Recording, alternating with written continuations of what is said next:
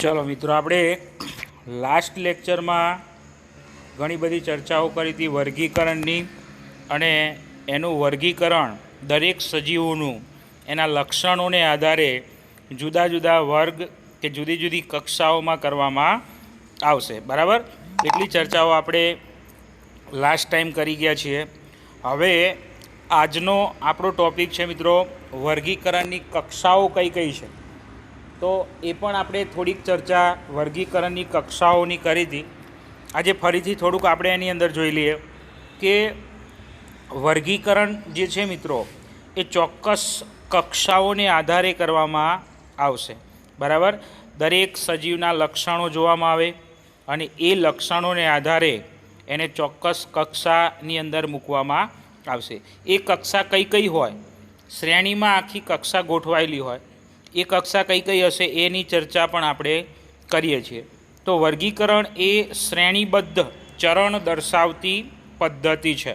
બરાબર, એટલે શ્રેણીબદ્ધ રીતે આખું ગોઠવાયેલું છે જેને આપણે વર્ગીકરણ તરીકે ઓળખી શકીશું.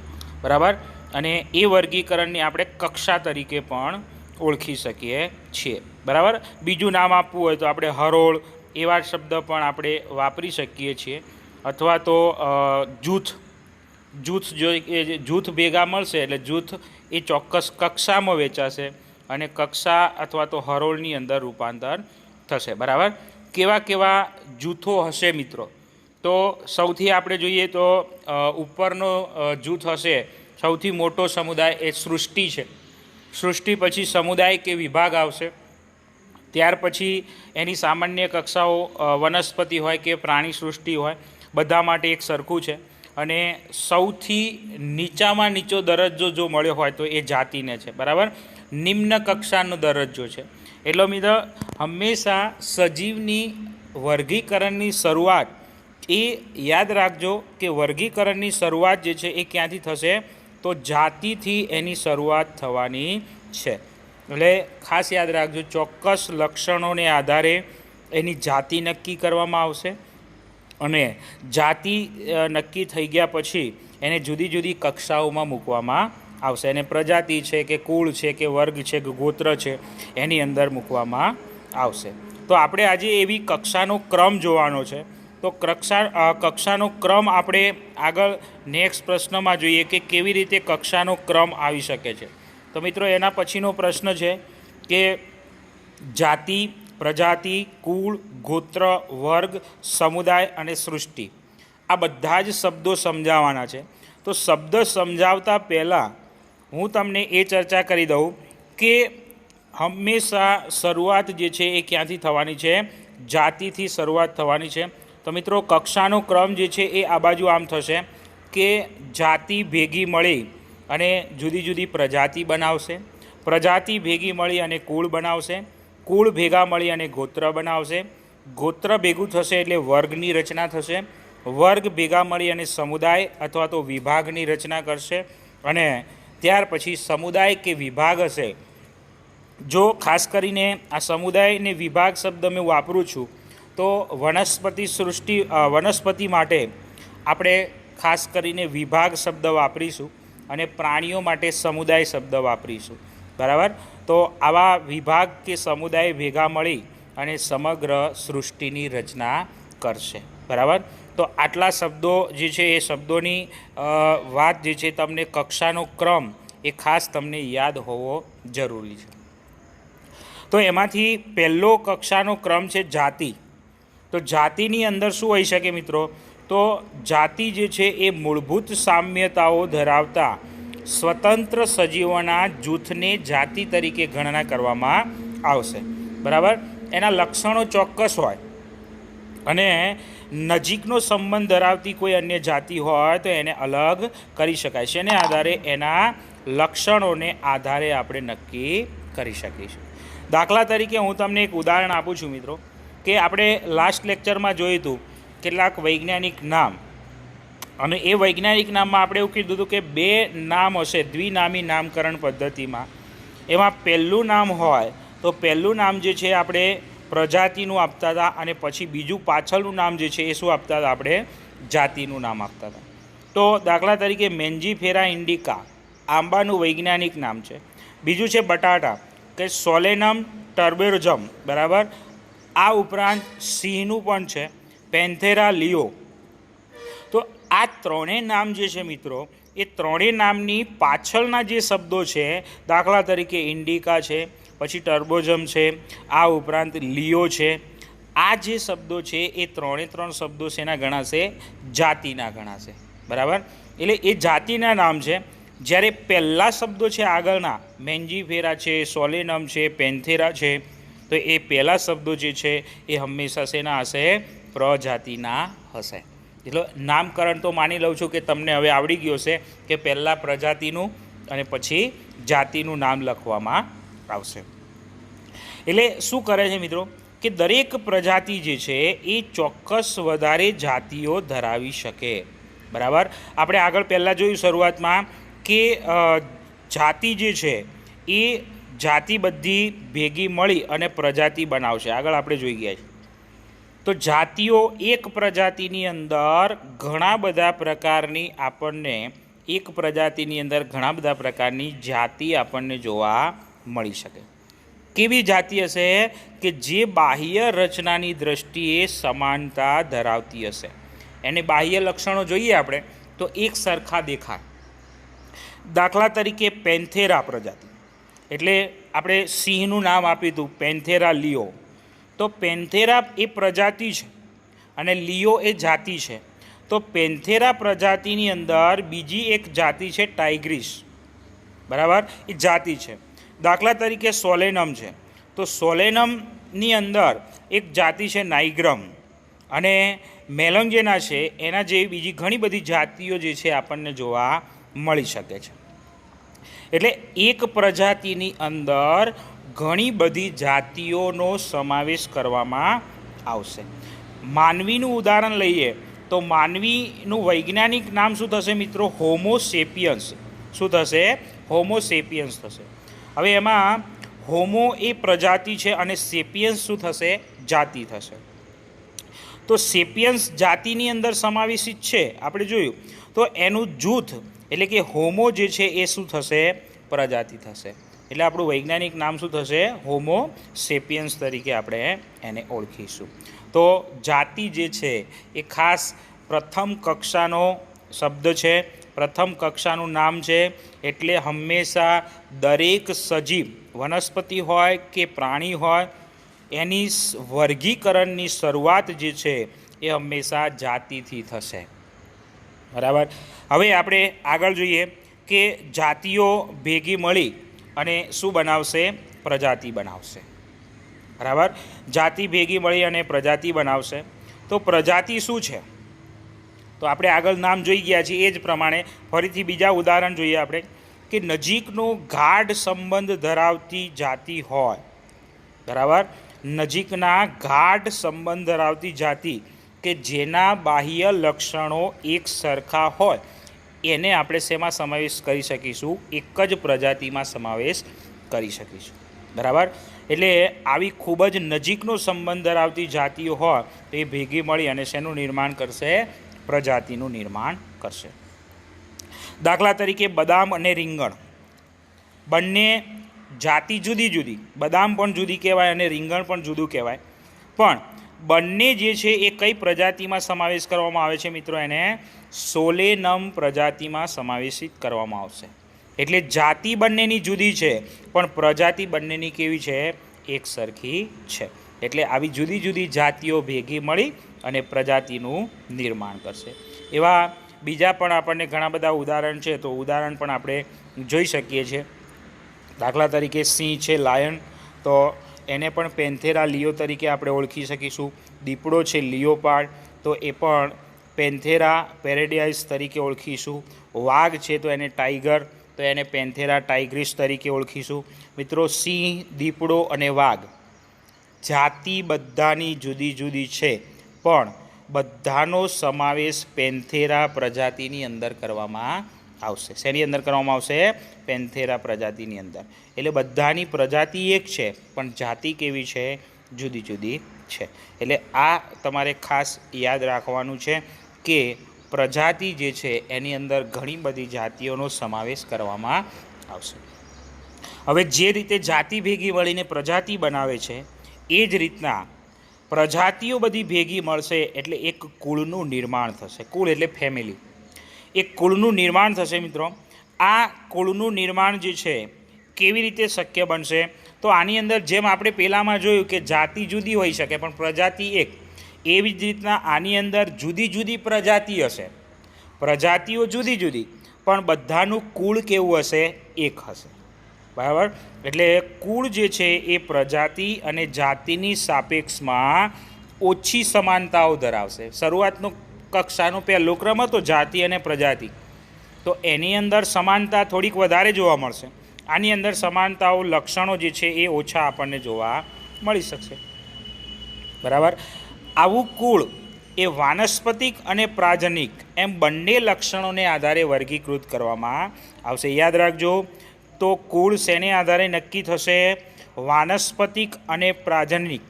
એટલે પ્રજનનની દ્રષ્ટિએ કેવા છે અને વાનસ્પતિક દ્રષ્ટિએ કેવા છે એમ બંને લક્ષણોને આધારે એને કુળ નક્કી કરવામાં આવશે. દાખલા તરીકે વનસ્પતિના સમુદાયમાં જોઈએ આપણે તો સોલેનમ છે, પિટુનિયા છે અને ધતુરા. આ ત્રણેય જુદી જુદી પ્રજાતિ છે. ત્રણેયની પ્રજાતિ જુદી છે. હવે પ્રજાતિ શબ્દ વાપરું છું મિત્રો. સોલેનમ, પિટુનિયા અને ધતુરા આ ત્રણ પ્રજાતિના નામ છે, પણ ત્રણ પ્રજાતિ ભેગી મળી અને એક કુળ બનાવશે. કયું? સોલેનેસી. બરાબર? એટલે એની પ્રજાતિ જુદી છે પણ કુળ બધાનું કેવું છે? એક છે. એટલે આવું પ્રજાતિ ભેગી મળી અને શું બનાવશે? કુળ બનાવશે. એટલે એ બધાના ઉદાહરણ, એક ઉદાહરણ તો તમને આવડવું જોઈએ દરેકનું, ખાસ યાદ રાખજો. એવી જ રીતના પ્રાણી સમુદાયની વાત કરીએ, વનસ્પતિમાં જોયું આપણે સોલેનેસી કુળ. એવી જ રીતના પ્રાણી સમુદાયની અંદર લિયો એટલે સિંહ, ટાઇગ્રીસ વાઘ અને દીપડો છે. આ બધીની જાતિઓ ભેગી મળી અને પેન્થેરા પ્રજાતિ બનાવે છે. બધાની પ્રજાતિ એક જ છે, પેન્થેરા. બરાબર? પણ પેન્થેરાની પ્રજાતિ જે છે એ બિલાડીની જે પ્રજાતિ છે એની સાથે જોડી, બિલાડી પણ એ જ પ્રજાતિની અંદર આવશે. એટલે એની સાથે જોડી અને એનું બધાનું કુળ એક જ છે. કયું કુળ છે મિત્રો? ફેલેડી. કયું કુળ છે? ફેલેડી નામનું કુળ છે કે જે પ્રાણી એક જ પ્રજાતિ બધાની જુદી જુદી છે પણ એક જ કુળની અંદર એને મૂકવામાં આવ્યા છે. એટલે કંઈક દ્રષ્ટિએ આંતરિક લક્ષણો જે છે એના સમાન આવતા હશે એ જોઈ અને બધાને એક જ કુળમાં મૂકેલા છે. એ જ રીતે બિલાડી અને કૂતરામાં કેટલીક સમાનતાઓ કે અસમાનતાઓ આપણે સારી રીતે જોઈ શકીએ. બરાબર? કેટલાક બાહ્ય લક્ષણો કે આંતરિક લક્ષણો પણ આપણે બિલાડી અને કૂતરાની અંદર જોઈ શકીએ છીએ. તો એના બે કુળ અલગ પાડશે. દાખલા તરીકે ફેલીડી અને કેનીડી. તો ફેલીડી જે છે એ આ બિલાડીનું કુળ છે અને કેનીડી જે છે એ કૂતરાનું કુળ છે. બરાબર? એટલે ખાસ તમારે આ યાદ રાખવાનું છે મિત્રો. જે રીતના જાતિ ભેગી મળીને પ્રજાતિ બનાવી, પ્રજાતિ ભેગી મળીને કુળ બનાવ્યું, એ જ રીતના હવે કુળ બધા ભેગા મળશે એટલે શું બનશે? ગોત્ર બનશે. ઓર્ડર. ગોત્ર બનશે. એટલે ગોત્રની શરૂઆત કેવી રીતે થશે? યાદ રાખજો કે આની અંદર બધા કુળ જુદા જુદા હશે પણ બધાનું ગોત્ર કેવું હશે? એક હશે. કે કેટલાક સરખા લક્ષણો ધરાવતા કુળ ભેગા મળી અને ગોત્રની રચના કરશે. દાખલા તરીકે ઉદાહરણ આપ્યું છે કોન્વોલ્યુલેસી. તો આ કોન્વોલ્યુલેસી જે કુળ છે એ શેનું છે? અથવા તો સોલેનેસી જેવા કુળ જે છે એ બંને કુળ ભેગા મળી અને એક જ ગોત્ર બનાવશે. બરાબર? યાદ રાખજો, અહીંયા કુળ ઘણા બધા ભેગા મળશે. એટલે એક કુળ છે, માની લો કે ઉદાહરણ આપ્યું છે કોન્વોલ્યુલેસી અને બીજું કુળ છે સોલેનેસી, વનસ્પતિ કુળ છે. આ બધા કુળ ભેગા બનાવી અને શેને આધારે એક ભેગા બન્યા છે? પુષ્પીય લક્ષણો. એના પુષ્પના લક્ષણો એક સરખા છે અને એને આધારે એને એક જ ગોત્રમાં મૂકવામાં આવેલા છે. અને કયું ગોત્ર છે? એ પોલીમોનિયસ. બરાબર? પોલીમોનેલિયસ એ ગોત્રની અંદર મૂકવામાં આવ્યા છે. બધા શબ્દો તમારે ખાસ યાદ રાખવા પડશે મિત્રો. ગોત્ર કે કુળના શબ્દો જે છે તમારા પહેલી વખત કદાચ આવતા હશે, એટલે શબ્દો તમારે ખાસ યાદ રાખવાના છે કે આવા કુળ ભેગા મળી અને એક ગોત્ર બનાવશે. એ જ રીતના પ્રાણીનું ઉદાહરણ જોઈએ આપણે, તો પ્રાણીની અંદર ફેલેડી અને કેનેડી કે જે બિલાડી અને કૂતરાનું કુળ છે, કુળ અલગ અલગ છે બંનેના, પણ એ બંનેને એક જ ગોત્ર કાર્નિવોરા ગોત્રમાં મૂકવામાં આવ્યા છે. બરાબર, તો એ તમારે પણ ખાસ જોવાનું છે. બરાબર, આ જ રીતના ગોત્ર ભેગા મળશે એટલે ગોત્ર ભેગા મળીને શું બનાવશે? તો વર્ગ બનાવશે, ક્લાસ બનાવશે આખો. આ નજીકના જે સંબંધિત ગોત્ર હોય એ ગોત્ર ભેગા મળી અને શું બનાવશે? તો વર્ગ બનાવશે. એટલે ગોત્રનો જે સમૂહ ભેગો થશે, એક સરખા થોડા ઘણા અંશે લક્ષણો ધરાવતા હોય તો એને ગોત્રની અંદર વર્ગની અંદર મૂકવામાં આવશે. દાખલા તરીકે ઉદાહરણ આપ્યું છે, વાનર, ગોરિલા, ગિબ્બન વગેરેનો સમાવેશ જે છે એ પ્રાઇમેટા ની અંદર થઈ શકે છે. પ્રાઇમેટા ગોત્ર છે એની અંદર થઈ શકે. આ બધાનું ગોત્ર એક જ હશે. એ જ રીતના વાઘ, બિલાડી, કૂતરા આ બધાનું ગોત્ર કયું છે? કાર્નિવોરા. બરાબર, થોડા ઘણા અંશે લક્ષણો જે છે એ સરખા ધરાવશે. આ બધા જ ગોત્ર જે છે કાર્નિવોરા ગોત્ર અને પ્રાઇમેટા, આ બંને ગોત્ર જે છે એ ગોત્રને એક જ વર્ગની અંદર મૂકવામાં આવ્યો છે. અને કયો વર્ગ છે? સસ્તન વર્ગ. મિત્રો હવે સસ્તન વર્ગ, એનું નામ કેવી રીતે સસ્તન વર્ગ પાડ્યું છે એ પણ કહી દઉં મિત્રો, કે જે પ્રાણીઓ સસ્તન વર્ગની અંદર સમાવેશ કરવામાં આવ્યો છે. પ્રાઇમેટ્સ જે પ્રાણીઓ હોય, પ્રાઇમેટ્સ એટલે કે જે પ્રાણીઓની અંદર માસિક સ્ત્રાવ જોવા મળતો હોય એ પ્રાઇમેટ્સ પ્રાણીઓનો સમાવેશ એની અંદર કરવામાં આવશે. બરાબર, એટલે આ પ્રાઇમેટા અને કાર્નિવોરા બંનેના લક્ષણો થોડા ઘણા અંશે મળતા આવે છે, એટલા માટે એને આપણે સસ્તન વર્ગોની અંદર મૂકી શકીએ. સસ્તન એટલે જે પ્રાણી સ્તન ગ્રંથિઓ ધરાવતો હોય, કે જે પ્રાણી બચ્ચાને જન્મ આપતો હોય એવા પ્રાણીઓને સસ્તન વર્ગની અંદર મૂકવામાં આવશે. બીજા ઘણા બધા પણ ગોત્ર છે, એ ગોત્ર આગળ આવશે એમ આપણે ચર્ચા કરીશું. આવા બધા જ ગોત્ર અને વર્ગ સસ્તન વર્ગ છે કે ઘણા બધા આપણે વર્ગ આના આગામી ચેપ્ટરમાં ભણવાના જ છે. તો આવા વર્ગ જે છે એ વર્ગ ભેગા મળી અને એક સમુદાય બનાવશે. શું બનાવશે? એક સમુદાયની રચના કરશે. એટલે યાદ રાખજો કે વર્ગ ભેગા મળીને શું બનાવશે? સમુદાય, ફિલ્મ બનાવશે. દાખલા તરીકે વાત કરીએ આપણે સસ્તનના વર્ગની સાથે મત્સ્ય, ઉભયજીવી છે, જે તો તમે કદાચ સાંભળ્યું હશે, દેડકાનો સમાવેશ કરી શકાય. સરીસૃપો છે, આ ઉપરાંત વિહગ છે, પક્ષીઓનો સમાવેશ કરી શકાય. આ બધાના વર્ગો જે છે એ વર્ગોને આપણે સમુદાય તરીકે ઓળખીશું. બરાબર, અને એના પણ કેટલાક જુદા જુદા વર્ગો આપણે જોઈશું આગળ જેમ જેમ આવે એમ. દાખલા તરીકે મેરુદંડ એટલે એની અંદર ચેતાતંત્ર જોવા મળી શકે, કે ચેતાતંત્રની અંદર એક સરખા લક્ષણો જોવા મળે. ચેતાતંત્ર હોય તો એવા બધા જ પ્રાણીઓને મેરુદંડી સમુદાયમાં મૂકી શકાય છે. બરાબર, જેની અંદર કરોડરજ્જુ કે મગજ કે ચેતાતંત્ર જેવી રચના નથી એને અમેરુદંડીની અંદર આપણે મૂકી શકીશું. બરાબર, તો આવા જુદા જુદા સમુદાયની ચર્ચા પણ આપણે કરવાની છે. આ પણ ખાસ તમારે યાદ રાખવાનું છે. આવા સમુદાય છેલ્લે ભેગા મળી અને જો વનસ્પતિ હશે તો સમુદાયની જગ્યાએ શું વાપરીશું? આપણે આગળ કીધું તેમ વિભાગ શબ્દ આપણે વાપરીશું. બરાબર, સમુદાયની જગ્યાએ શું વાપરવાનું? વિભાગ. આવા સમુદાય કે વિભાગ ભેગા મળી અને મિત્રો આખું કિંગડમ એટલે સૃષ્ટિનું નિર્માણ કરશે. શેનું નિર્માણ કરશે? સૃષ્ટિનું નિર્માણ કરશે. યાદ રાખજો. હવે આ સૃષ્ટિની અંદર કયા કયા પ્રાણીઓ કે વનસ્પતિનો સમાવેશ થઈ શકે? તો સૃષ્ટિ જે છે એ જુદા જુદા પ્રકારની વનસ્પતિ સૃષ્ટિ અને પ્રાણી સૃષ્ટિ બે પ્રકારની છે. પ્રાણીઓની વર્ગીકરણની વાત કરીએ તો જુદા જુદા સમુદાય જેમ આપણે ઉદાહરણમાં જોયા. દાખલા તરીકે ઉદાહરણમાં આપણે જોઈશું કે સ્પોન્જીલા વાદળી જે છે સછિદ્ર સમુદાય છે. ત્યાર પછી ધીમે ધીમે આગળના ક્રમમાં જોઈએ તો નૃપૂરક સમુદાય, સૂત્રકૃમિ સમુદાય, આ ઉપરાંત પૃષ્ઠવંશીમાં જોઈએ આપણે તો વિહગ સમુદાય છે, સસ્તન સમુદાય છે, ઉભયજીવીઓ છે. બરાબર, મત્સ્ય વિભાગ છે. આવા બધા જ ભેગા મળશે અને સૃષ્ટિનું નિર્માણ કરશે. બરાબર.